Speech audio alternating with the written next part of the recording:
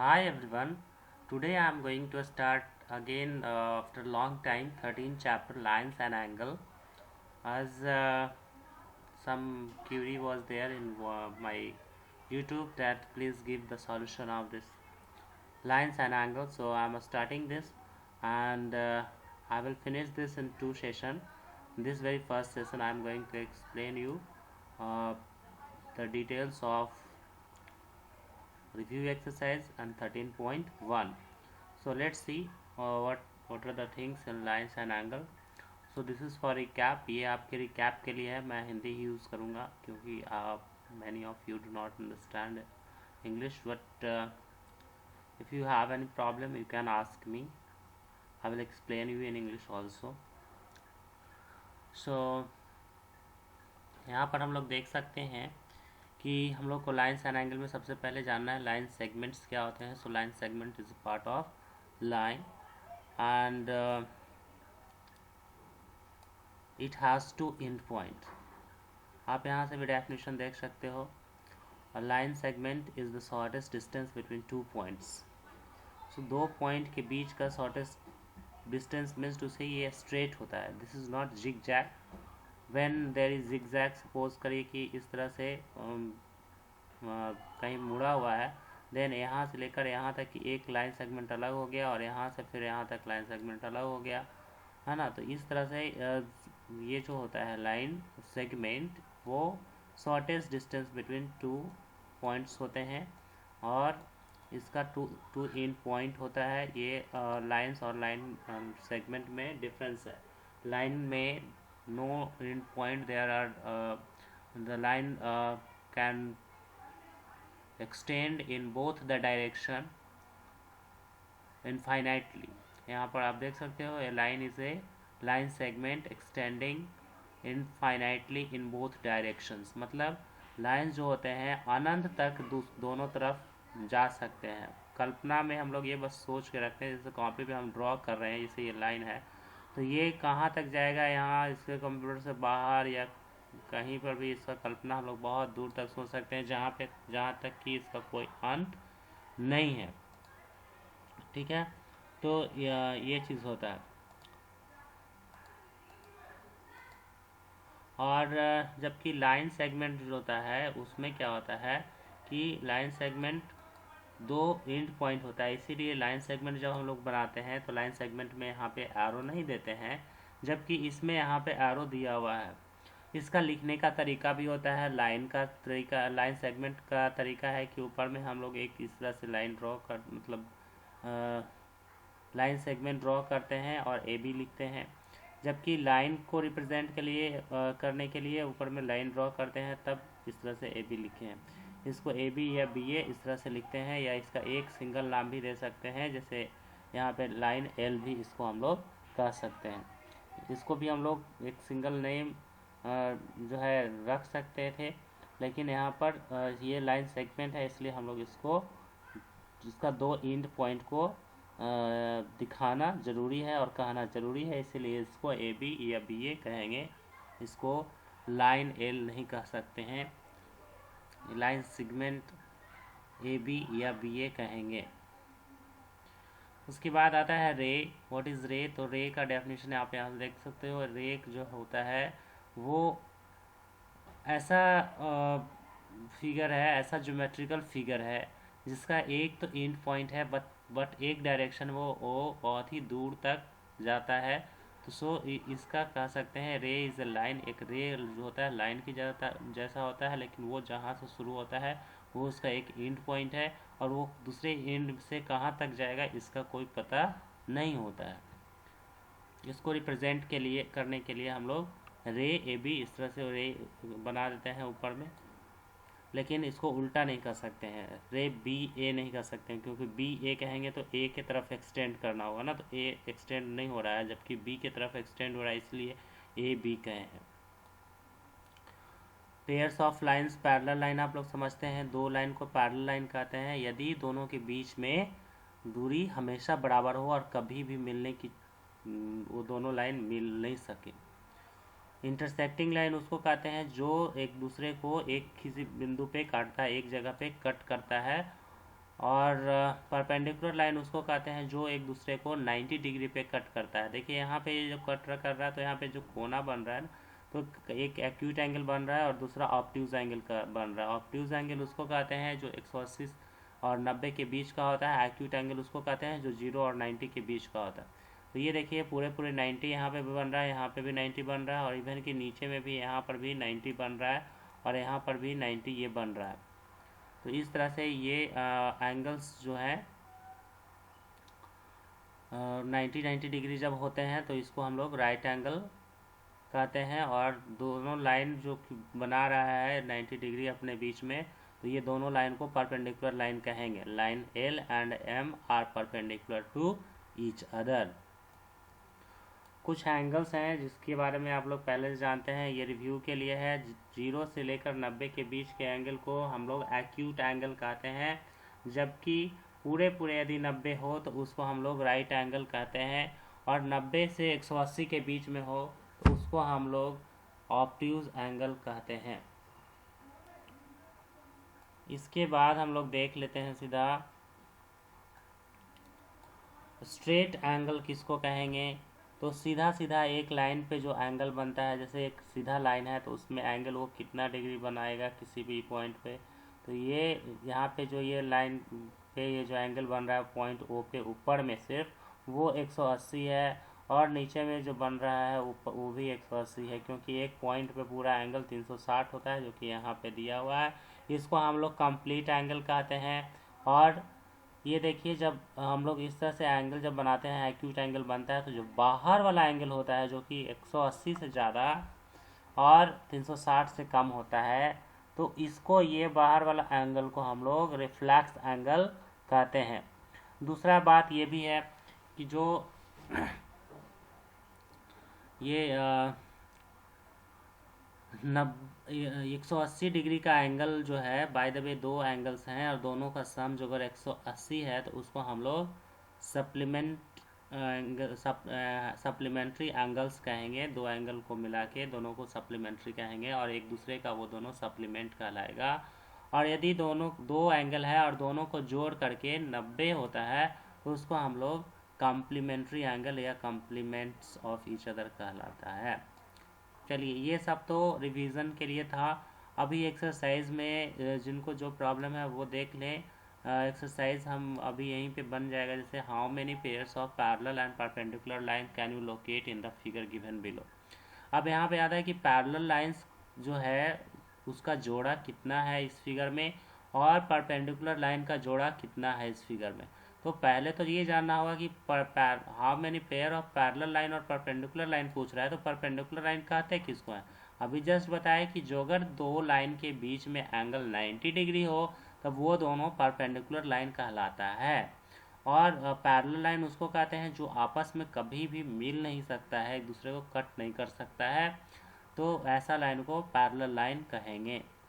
तो इस फिगर में हम लोगों को लोकेट करना है, तो यहाँ पर आप देख सकते हैं कि ये जो लाइन है, लाइन सेगमेंट है DE, और ये लाइन सेगमेंट AC, ये इसको हम लोग कह सकते हैं कि ये दोनों एक दूसरे के परपेंडिकुलर है, क्योंकि यहाँ पे ये साइन जो दिया हुआ है, ये साइन का मतलब होता है 90 डिग्री। तो ये एक दूसरे का परपेंडिकुलर है, इसलिए ये आपका 90 डिग्री का ये जोड़ा लग गया, ये वाला लाइन और ये वाला लाइन। दूसरा, ये जो AB है और ये जो CD है, ये आपस में कभी भी एक दूसरे से नहीं मिल सकता है। जैसे इसको एक्सटेंड करके आप देखेंगे तो ये इधर से इधर जाएगा और ये इधर से अपना इधर जाएगा, लेकिन जो है एक दूसरे से कभी मिलेगा नहीं। उसी तरह से AD और BC ये भी आपस में कभी नहीं मिलेगा। तो इसको हम लोग सॉल्यूशन कैसे करेंगे, क्या लिखेंगे, कैसे बनाएंगे। तो सिंपल चीज़ है कि जैसे बोले हैं वैसे ही लिखेंगे।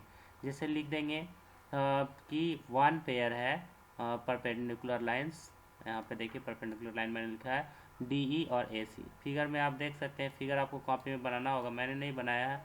यहाँ पे ये वाला फिगर आपको कॉपी में बनाना होगा सॉल्यूशन के टाइम में, है ना। क्वेश्चन लिखिए या ना लिखिए ऊपर वाला, लेकिन ये फिगर जरूर बनाइए क्योंकि इसी से आपको समझ में आएगा। यहाँ पे देखिए AC है ये वाला, बहुत ही गंदा हो गया है, इसको थोड़ा इरेज कर लो। तो AC आपको दिख रहा है और DE दिख रहा है, ध्यान से देखिए। ये डी ई हो गया, ये वाला डी ई हो गया यहाँ से यहाँ तक, और यहाँ से ए सी। तो ये दोनों को हमको लिखना था, तो यहाँ पे लिखे D E A C. Two pair of parallel line लिखना था, तो चार तो है जो कि चार बताए, चारों जो साइड है यहाँ पे ए बी सी डी, और यहाँ से बी सी और ए डी। तो ये चीज़ यहाँ पे लिखा हुआ है ए बी सी डी, और उसके बाद ये सेमी कोलन दिया हुआ है, यानी कि ये दोनों पैरेलल है, और उसके बाद बी सी और डी ये दोनों आपस में पैरेलल है। ये दोनों का ये एक जोड़ा हो गया और एक जोड़ा ये हो गया, तो ये पैरेलल लाइन्स हो गया। अब क्वेश्चन नंबर 2 में देखिए क्या कहा जा रहा है। क्वेश्चन नंबर 2 में कहा जा रहा है answer the following questions. How many points of intersection can a pair of intersecting line have. जो एक दूसरे को काटने वाले लाइन है तो वो कितने जगह पे काटेंगे। How many points of intersection, यानी कि काटने का बिंदु के गो होगा। तो एक दूसरे को अगर दो लाइन है तो एक ही जगह ये काटता है, इसलिए हम लोग लिख देंगे इसका आंसर 1। तो यहीं से क्लियर है।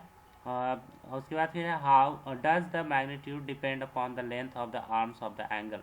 अब यदि कोना ऐसे बनाते हैं तो क्या ये आर्म कहलाता है। ये देखिए ये जो एंगल बनाए, तो यहाँ पे ये जो ओ बिंदु हुआ जहाँ से कि दो रे आप निकल रहे हैं, इस पॉइंट को, ओ पॉइंट को हम लोग वर्टेक्स कहते हैं, है ना। यहाँ पे वर्टेक्स कहते हैं। ये लिखने में प्रॉब्लम होगा माउस से। और यहाँ पर ये जो हो गया इधर से, बाय द वे यहाँ पे ए हो गया, यहाँ पे बी हो गया, तो इधर जो दो ठो बना हुआ ये जो रे जो घेरे हुए रहता है, जिससे कि बीच में कोना यहाँ पे बनता है, इसको हम लोग कहते हैं आर्म। तो ये आर्म जितना बड़ा होगा क्या उतना ही बड़ा कोना भी होगा, ऐसा आप लोग सोचिए। मैं फिर से बता रहा हूँ इसको बनाकर। ओके, तो ऐसे बनाए और ऐसे बनाए, तो ये जो बीच में जो कोना बना, क्या ये वाला आर्म है और ये वाला आर्म है, एक ये आर्म है, तो ये जो बड़ा कर देंगे तो ज़्यादा बड़ा कोना हो जाएगा, और छोटा करेंगे तो छोटा कोना होगा। देखिए यहाँ पे ये कोना बना। कोना का मतलब होता है कि एक्स एक्सिस, देखिए हॉरिजॉन्टल एक्सिस ये एक्स एक्सिस होता है, और वर्टिकल एक्सिस, 1 मिनट,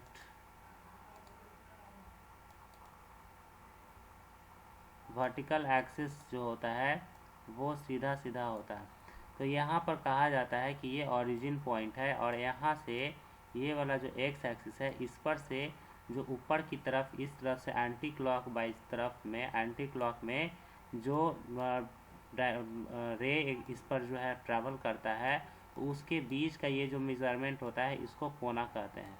तो ये कोना आर्म के बड़ा होने से या छोटा होने से बड़ा छोटा नहीं होता है, बल्कि ये मूवमेंट के अनुसार बड़ा छोटा होता है।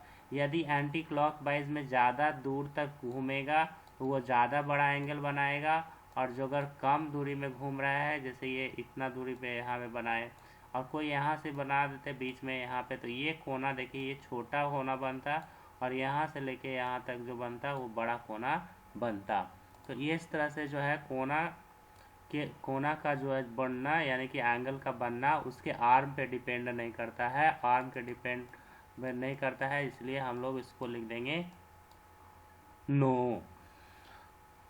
अब है how many right angles does a complete angle have. एक कंप्लीट एंगल के पास, यानी कि एक पूरा 360 में कितना राइट एंगल होता है। तो ये जान लीजिए कि पूरा 360 में 4 भागों में बांट देंगे तो 90-90 होता है, यानी कि ये 4 कोना जो होता है वो 90-90 का होता है, और एक राइट एंगल, एक 90 डिग्री को राइट एंगल कहते हैं। तो इस तरह से 4 राइट एंगल बना इसमें। तो इस तरह से हम लोग इसका क्वेश्चन नंबर 2 का जो सॉल्यूशन लिखेंगे इस तरह से,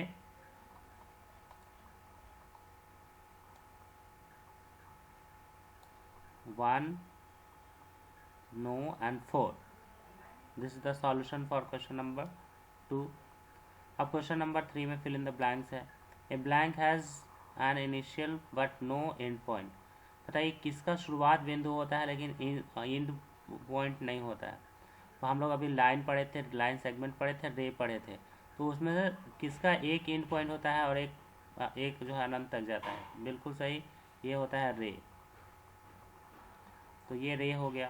दूसरा कि यहाँ पर है the lines that make right angle at the point of intersections are called. जो दो लाइन आपस में एक दूसरे को कटने पे 90 डिग्री बनाता है बीच में, उसको हम लोग क्या कहते हैं? तो उसको हम लोग राइट एंगल कहते हैं। तो यहाँ पे जो लिख सकते हैं कि the line that make angles at the point of intersection are called. यहाँ ये राइट एंगल बनता है, लेकिन ये दोनों लाइन को हम लोग बोलते हैं परपेंडिकुलर लाइन। तो यहाँ पे लिखेंगे परपेंडिकुलर।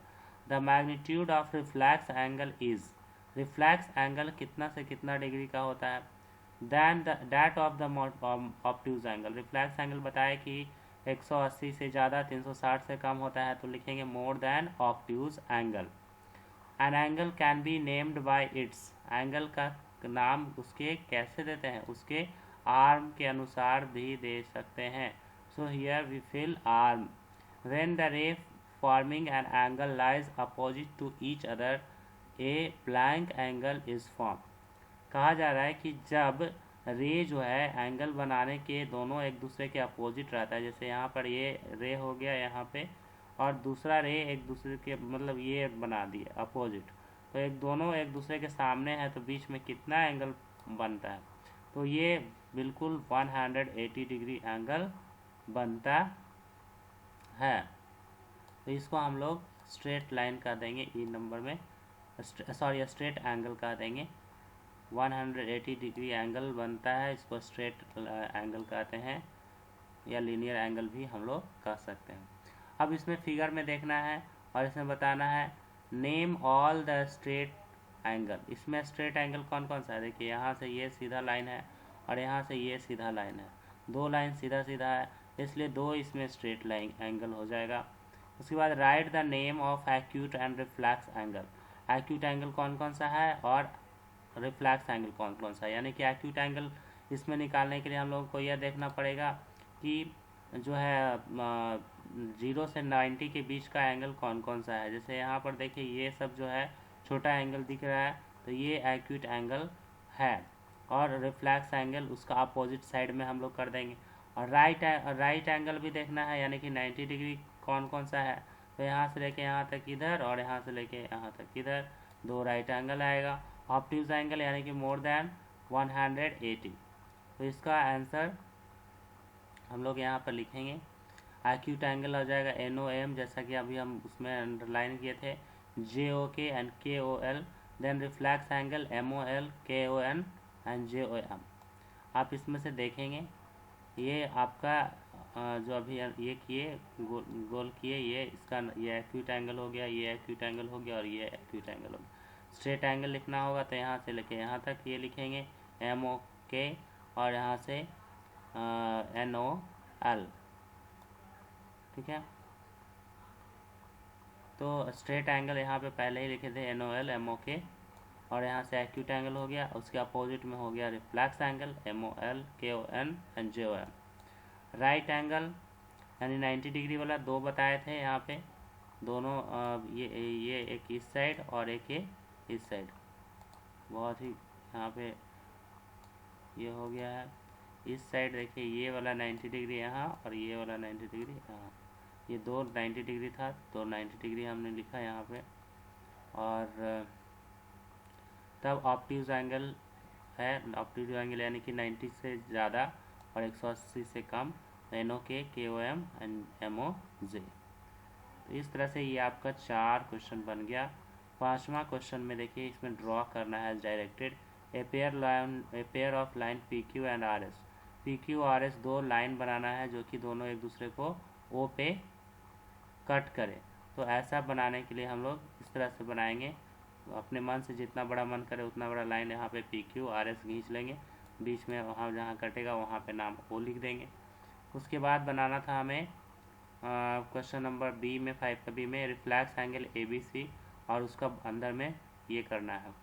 तो एक्यूट एंगल बनाएंगे, मतलब 90 डिग्री से कम वाला बनाएंगे, जो ये हो जाएगा एक्यूट एंगल, और उसके अपोजिट साइड में ये 180 से ज़्यादा है और 360 से कम है, तो ये वाला कहलाएगा, बाहर वाला कहलाएगा रिफ्लैक्स एंगल।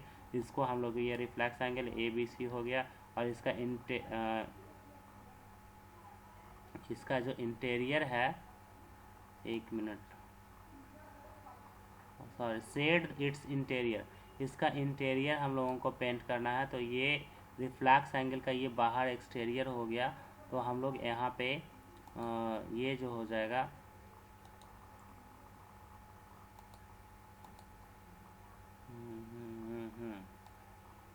ये आपका यहाँ पे इस साइड आप लोग कलर करेंगे, इस साइड कलर कर देंगे, एक्सटीरियर इस साइड कलर करेंगे। ये आपका इंटीरियर हो जाएगा। ये हम गलती कर दिए हैं, इसका ये एक्यूट एंगल का इंटीरियर हम कलर कर दिए हैं, ठीक है।